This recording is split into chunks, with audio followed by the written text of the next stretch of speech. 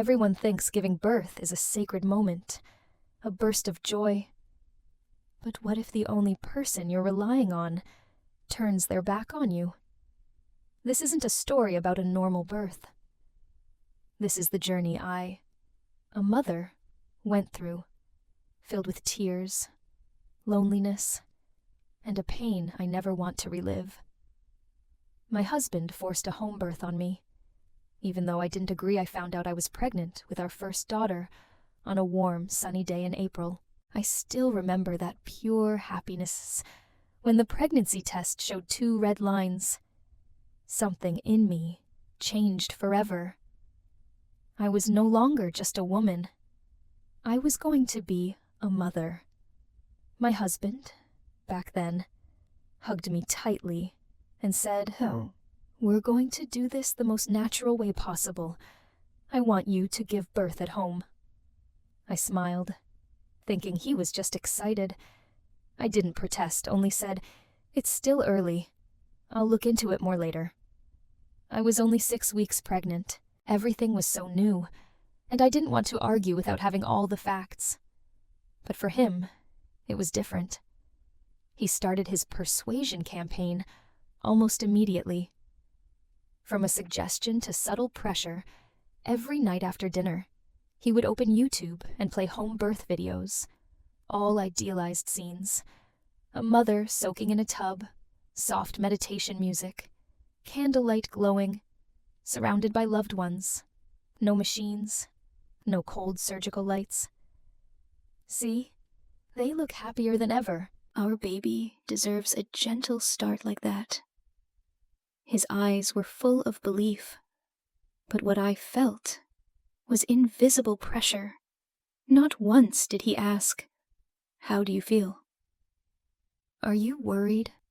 Whenever I showed uncertainty, the response was always, "You're too influenced by doctors. Don't let fear control you." Slowly, I realized, in his eyes, I was no longer a mother who needed support. I was just a subject that needed to be converted to match his ideology. When your right to choose disappears. At every prenatal checkup, when doctors asked about our birth plan, my husband always answered first, "We're planning a home birth, with a doula's help." I just sat there, silent. Sometimes I tried to speak up, but his determined look made me avoid conflict right there in the clinic. One time, I said, "I still want to have a backup plan, just in case there are complications." He turned to me, smiling, but it was the smile of someone who had already won. "I believe everything will go smoothly. You should believe in yourself too." It sounded positive, but inside, it felt like dismissal. He didn't listen to my fear. He refused to acknowledge that I, the one carrying the child, had the right to choose the place where I felt safe. Even family became part of the pressure. It didn't stop there. One day, my mother-in-law came over with a basket of fruit and a list of benefits of home birth. She sat down and gently said, "Sweetie, back in my day, there were no hospitals. I gave birth to both my sons at home, quick and healthy. Nowadays, all these machines just make things more complicated. You're a good mom. I know you can do it." I thanked her, but inside, waves of stress were rising. I quietly said, "I'm just afraid if something unexpected happens, a hospital would be safer." She shook her head. "What could be unexpected? Don't let those doctors scare you. They just want to intervene." I knew she meant well, out of care and love, but love should never feel like pressure, especially to someone pregnant who needs to be heard more than anyone. The final push, a doula who never stood on my side. At 36 weeks, we met the doula, someone my husband had contacted in advance. She came in cheerful, full of energy, walking into our home like an old friend. In her hands were packets of documents, a detailed birth plan, breathing exercises, essential oils, music, proven to ease labor. I tried to smile politely, but the tightness in my chest kept growing. She asked a few polite questions, then basically talked directly to my husband about the birth plan, as if I was just a prop in some upcoming ceremony. No one asked me, "Do you really want this? Do you feel safe with this plan?" No one. I felt like an actress forced to play a role in a script someone else had written, with no right to change the lines. Finally, I spoke my truth, and he still ignored me. At 37 weeks, I looked my husband straight in the eyes and said, "I don't want to give birth at home. I'm scared. I need a doctor. I need to feel safe." I thought that seeing the fear in my eyes, he'd hug me and say, "Then let's go to the hospital." But no, he just smiled lightly and said, "You're just panicking. You'll be fine. I believe you're stronger than that." I didn't need him to believe I was stronger. I needed him to listen, like a true partner should. You know what hurts the most? Not that I had to give birth at home. Not that I endured 3 days of labor afterward. But that, from the very beginning, I was never given a choice. Have you ever felt like you were being subtly controlled, so gently that you almost forgot you had the right to say no? Have you ever lived in a story you thought was ours, but in truth, it was only his? That was the start of the worst birth experience I never want to relive. And it was also the moment I realized, being a mother doesn't mean giving up your voice. I wasn't respected throughout my pregnancy. People often say pregnancy is the most sacred journey in a woman's life. I used to believe that too. But then I realized, sacred doesn't just happen on its own. It requires love, respect, and being truly heard. During all 39 weeks of my pregnancy, I never once felt like I had any of that. Decisions were made without me. By the 12th week, I had planned to go for regular checkups at a hospital near our home. I trusted the doctor, who had cared for my health for years, and I wanted a careful, well-monitored pregnancy. But every time I stepped into that exam room, I felt like a bystander in my own appointment. The doctor asked, "Have you thought about your birth plan?" Before I could answer, my husband cut in, "We've decided on a home birth. Natural. No meds. No interventions." The doctor frowned slightly and looked at me, as if waiting for confirmation. I pressed my lips together and nodded slightly, just to avoid an argument in the room. But inside, I was torn. Later at home, I tried to talk to my husband. I said, "I'm still considering my options.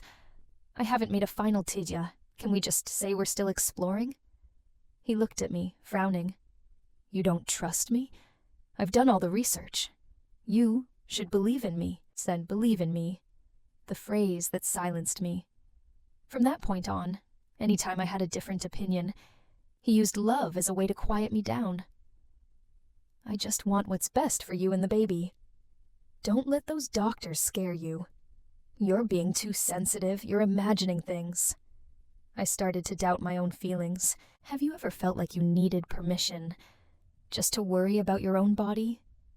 Me, a pregnant woman, worried for the safety of her child, was being dismissed as hysterical, manipulated by the media, or too weak to know what's best.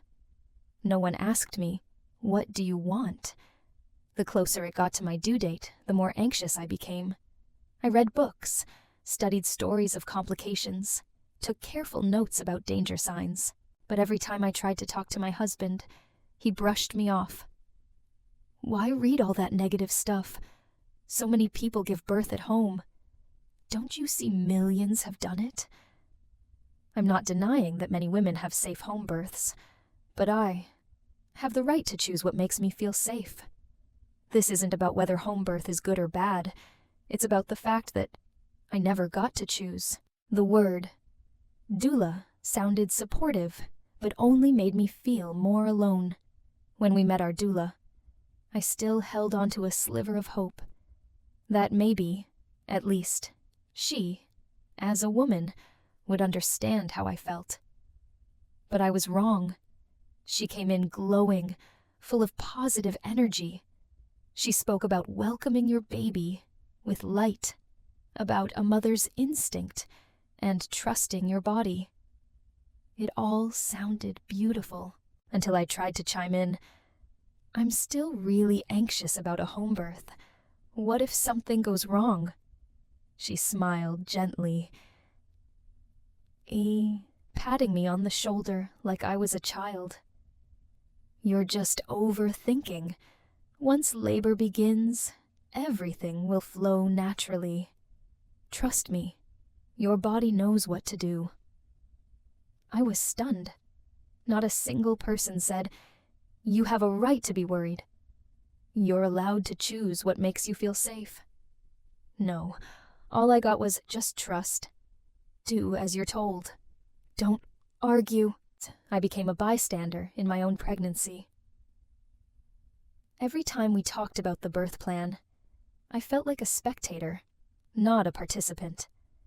The doula talked about candlelight, my husband about warm water, my mother-in-law about hot soup after delivery. And me? I just sat there, holding my belly, feeling heavier inside than out. No one asked what I wanted. No one asked if I was okay. I felt like a boat drifting in a current, everyone rowing except me. And over time, I got so exhausted. I didn't even want to fight anymore. I started to stay quiet, not because I agreed, but because I knew I wouldn't be heard. At 38 weeks, I woke up from a nightmare, dreaming I was giving birth alone, with no one there to help. I sobbed in the middle of the night, woke my husband, and through tears, begged, "I'm so scared. Please, let me go to the hospital. I'm begging you." He held me, stroked my hair. "You're just tired, baby. You need to rest." "Don't worry. The doula's got everything under control. You just need to relax." I swallowed my tears and turned to face the wall. That night, for the first time in my life, I felt truly alone in my marriage. Pregnant, but not allowed to be a mother. In my own way, people always say, pregnancy is a woman's journey. But I went through mine completely controlled by others. I wasn't allowed to choose where to give birth. I wasn't allowed to choose who would support me. I wasn't allowed to choose how I wanted to feel safe. I, the one carrying the child, was treated like someone under protection, not like a real mother. My words were ignored, my emotions dismissed. Only now do I realize disrespect isn't always loud. Sometimes it's soft and sweet. Like the words, "I just want what's best for you." But behind that is, "I know what you need better than you do." I can handle pain. I can handle hard work, but I can't handle being told my feelings don't matter, that they're irrational, inconvenient, or in the way of someone else's plan. And I've learned, respect is never guaranteed, but must be built through listening, sharing, and walking beside someone. Not through commands, even if they're wrapped in the language of love. Have you ever been in a relationship where someone loved you in a way that made you feel like a stranger to yourself? Have you ever been made to believe you were wrong just because your feelings didn't fit into someone else's perfect picture? I was pregnant for 9 months, but I didn't truly feel like a mother until the moment I went into labor. And that's when my greatest fear came true. Giving birth in pain and fear. I still remember that morning, vividly. Week 39. The sky was overcast. The wind a little chilly. I woke up with a dull ache in my lower belly, coming and going in steady waves, like a signal. I knew my baby was ready to meet the world. I should have felt excited. I should have felt safe.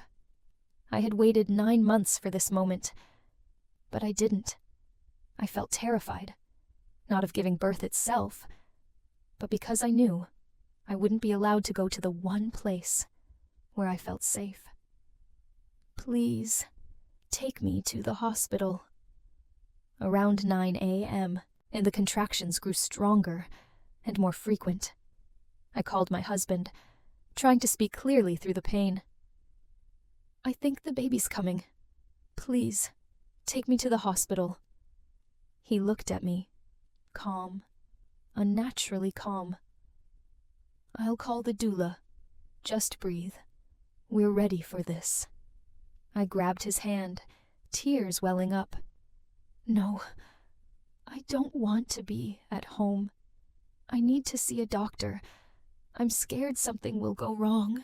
He gently pulled his hand away, firm, but soft. You're panicking. You'll be okay. The doula's on her way. It felt like I was falling into a deep, dark pit. Not from the pain, but from the crushing sense of being abandoned when I needed protection most. When the one I needed most. Didn't stand by me, so the doula arrived about an hour later. She came in with a bag of essential oils, warm towels, relaxing music, and a folder. I lay on my side, clutching my belly, sweat dripping down my temples. She placed a hand on my shoulder. You're doing great. Just relax. Let your body guide you. I shook my head weakly. I don't feel okay. I want to go to the hospital. She smiled calmly. You're just letting fear take over. Breathe. The pain is your friend. I wanted to scream. I didn't need philosophy. I needed help. But no one listened. My husband stood next to her, nodding in agreement with everything she said. He looked at me like a child throwing a tantrum. No understanding in his eyes. No protective touch. 12 hours. Then 18. Still no baby. Time blurred into waves of pain. I lost track of the hours. I remember it getting dark, then light, then dark again. I wasn't given IV fluids. No fetal heart monitoring. No doctor. No blood pressure checks. Just the sound of the wind outside. Dim lighting, and a nightmare that wouldn't end.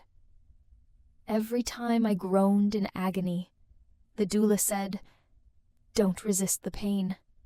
Welcome it with an open heart." I kept thinking, what if something goes wrong? What if the baby's heart slows down? What if I hemorrhage? No one answered. 22 hours. I started losing control. I hadn't slept. I hadn't eaten. My body felt paralyzed.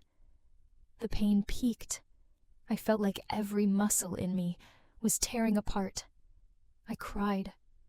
Not from the pain, but because I knew I was being broken in ways that wouldn't heal, physically and emotionally. I remember begging, "Please, take me to the hospitals, I'm begging you." My husband sighed and turned to the doula. "Does she really need to go?" She shook her head. "It hasn't been 24 hours yet. She's still within the normal range. She can handle it." I was speechless. I, a human being, was reduced to someone else's idea of a time limit. Someone who wasn't even a doctor.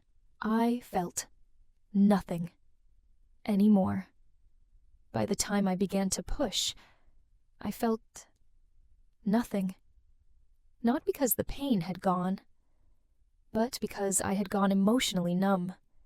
I didn't scream. I didn't speak. I just closed my eyes and let my body do what it needed to do.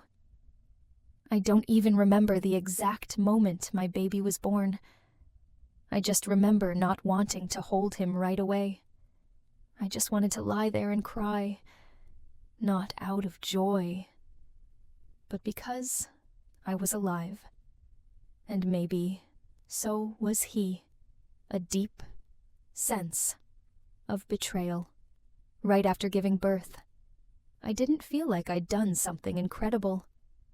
I felt like I'd been forced into a battle I never agreed to fight. I, who carried, endured, and delivered, was treated as the least important person in the entire process. I didn't get to choose where I gave birth. I didn't get to choose who supported me. I wasn't seen as a mother. I was treated like a patient with the wrong mindset. And my husband, the one who was supposed to stand by me, was the one who placed me into the worst birthing experience of my life. Postpartum. But the trauma didn't end. 3 days later, I went in for a postpartum checkup. The doctor was shocked. "You gave birth at home. Why didn't anyone notify us? Why didn't you come to the hospital?" I lowered my head. Tears fell uncontrollably. I didn't know where to begin. All I knew was I hadn't been protected. I hadn't been trusted. And I hadn't been respected. You might be wondering, why didn't I fight back? Why didn't I walk away? Because when you're pregnant, you're tired. You're vulnerable, and you want to believe that when someone says, "I love you," they'll listen. But love isn't forcing the person you love to do the one thing they fear most. And I finally understood this. Pain isn't always physical. The deepest pain is when your voice is treated like it doesn't exist. I gave birth in a place that was supposed to be peaceful. But it was a silence so cold, it still haunts me. And from that moment on, I knew some things I will never forget. Traumatic birth experience. The lingering emotional wounds, and many might think, as long as both mother and baby are healthy, what's there to complain about? But if you've ever been a mother, you'd understand. A birth doesn't just leave physical scars. There are invisible wounds, without blood or bandages, yet they ache, persistently, and for months, even years. I can't forget that day, nor do I want to remember after giving birth at home. I felt nothing but emptiness. I didn't cry from emotion. I didn't smile from happiness. I just lay there, body exhausted, mind hazy, as if I'd survived a storm. But my home was in ruins. The doula brought my baby, gently placing her on my chest. I looked at her. She was tiny, red, eyes tightly shut. I knew I should feel joy. I knew this was the sacred moment people often talk about. But honestly, I didn't want to hold my baby. I just wanted to lie still, close my eyes, and disappear from this world for a while. I love my child, but giving birth hurt me.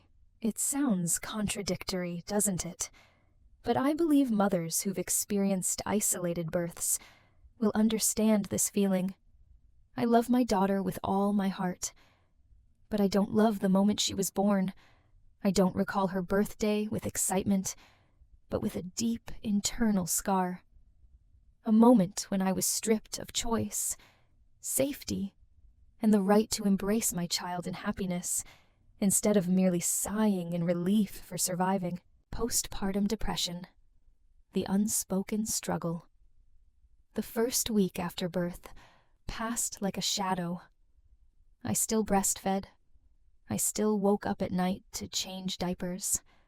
I still smiled when visitors came. But inside, I was empty. Not sad, not happy, no emotions. Just a shell operating out of duty. My husband acted as if he'd just won a natural birth revolution. He told his mother, friends, and colleagues that his wife had successfully given birth at home, without medication or interventions. He said, "She's stronger than she thinks." I felt choked hearing that. I didn't feel strong. I felt forced to be resilient, and that drained me to the point where I couldn't feel the joy of motherhood. "You should cheer up." The cruelest words to a new mother. When I confided in my husband that I hadn't overcome the fear, that I was haunted every time I recalled laboring alone, in pain and fear. He just looked at me and shook his head. "You're being too negative. The baby is healthy. You should be happy." That statement, seemingly harmless, was the final dagger to my heart. No one asked me, "What do you need? Are you okay?" I was only taught to be happy, to be grateful, to be strong. But my true feelings, no one cared every time. I see my child. I feel love and pain simultaneously. Some nights, I sit by my baby's crib, watching her sleep, and burst into tears. Not out of sadness, but because I feel I've betrayed myself. I once dreamed of a warm birth, with a hand to hold, encouraging words, and a medical team ready if needed. Instead, I had empty platitudes from a doula, a husband who didn't listen, silence enveloping 3 days of hell. I didn't tell anyone, because everyone thinks it's normal. I tried sharing with a close friend. She said, "Well, as long as the baby is healthy, it's fine. No big deal." I told my mother. She said, "Back in my day, I gave birth under oil lamps. No one asked anything." Gradually, I stopped sharing. I withdrew, became silent, distant, even to those who inquired. I didn't need advice. I just needed someone to believe my pain was real, that's all. Postpartum is a silent battle. People prepare meticulously for childbirth, but no one prepares for the aftermath. No one taught me how to overcome the trauma. No one taught me how to face a husband who never apologized. No one told me that crying every night after becoming a mother is entirely possible. I had to learn everything, alone. Even the doctor felt helpless. When I went for a postpartum checkup, the doctor looked at me for a long time and said, "You gave birth at home? Was anyone supervising? Do you know the risk of complications?" I couldn't answer. I just shed tears. She placed her hand on my shoulder, gently asking, "Are you okay?" And that was the first time, after everything, that someone asked me that. In wounds can't be healed by time. People often say, time heals all wounds. I don't think so. Some memories never fade. Some emotions never return. And some things are unforgivable. My husband still thinks everything is fine. He still wants more children. He still believes that home birth is the best choice. As for me, every time I hear the word pregnancy, my heart tightens. I know if there's a second pregnancy, I won't let anyone decide for me again. Have you ever been hurt by the one you believed would protect you the most? Have you ever loved someone so much that you endured everything, only to realize you forgot to love yourself? Being a mother doesn't mean staying silent. I'm not sharing this story to complain. I'm sharing because I believe someone out there has felt the same. And if you're hearing this, you're not crazy. You're not weak. You're not ungrateful. You're just a mother, learning to heal after something overwhelmingly painful. My husband ignored my pain and kept pushing his will. I thought that after everything, after the physical pain, The sleepless nights filled with baby cries, and the heartbreak of feeling abandoned. At the very least, he would understand. But no, not even close. "You're overreacting." One evening, after the baby had gone to sleep, I sat next to him and finally mustered the courage to say what I had been holding in for weeks. "Babe, I've never forgiven you for making me give birth at home. I'm not okay. I still remember every second of me begging you for help while you ignored me." He turned to me, looked for a moment, and sighed. "That's in the past. Why hold on to it? What matters is that you and the baby are healthy, right?" I bit my lip. My heart felt like it was being crushed. No, it's not okay. And no, it's not in the past. When someone won't admit they're wrong, you start feeling like you are. The entire conversation, he never once apologized. Not a single, "I was wrong." Not even a moment of looking me in the eye and saying, "I didn't listen to you." Just the same old lines. "You're overreacting. You're being too sensitive. Every woman forgets after giving birth. Why can't you?" I stayed silent, not because I had nothing to say, but because I had already said too much and was never heard. Women are strong. A dangerous excuse. He said, "You know, my mom gave birth to 2 kids at home. No help. Things were harder back then. Women are stronger than you think." I nodded. Yes, women are strong. But no one is born to be left alone in pain. Being strong doesn't mean staying silent and just enduring. I started asking myself, am I just too weak? Many nights I stared at the ceiling, cradling my belly like I used to when I was pregnant. I kept wondering, am I just too sensitive? Am I wrong for not letting go of the past? Should I just be grateful that things weren't worse? And I answered myself, no, I'm not wrong for feeling hurt. I'm not wrong for wanting respect, and I'm definitely not wrong for needing to be heard. He wants more kids. I just want to be myself. About a month later, once things had settled down, he brought up having another baby. We should have another one, so our kid has a sibling to play with. It'll go smoother next time. We've got experience now. I looked at him like he was a stranger. Next time? Experience? You mean the experience of dismissing my needs?